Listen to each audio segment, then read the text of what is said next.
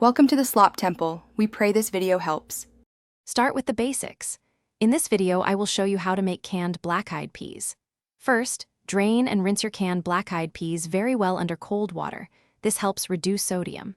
Next, prepare your aromatics like a medium onion and 2 cloves of garlic, finely chopped. You might also want to dice about 4 ounces of smoked ham hock or bacon for extra flavor. Having everything prepped makes the cooking process smooth and enjoyable. Now let's build that delicious flavor base. If using smoked meat, render it in your pot over medium heat until crispy, then set it aside. Next, add your chopped onion and garlic to the pot, cooking for about 5 minutes until they are translucent and fragrant. A little trick is to deglaze the pot with a 1/4 cup of chicken or vegetable broth, scraping up any brown bits from the bottom. This adds incredible depth to your dish. It's time to bring everything together for a perfect simmer.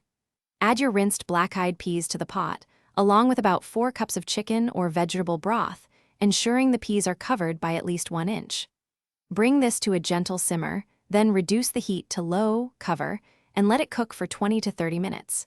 Season generously with a teaspoon of salt, 1/2 teaspoon of black pepper, and a 1/4 teaspoon of cayenne pepper for a little warmth. We're almost there.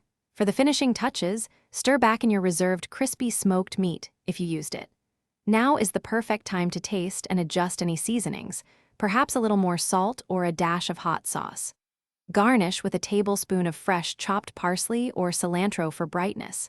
Serve your delicious, warm black-eyed peas as a comforting side dish or a satisfying main meal.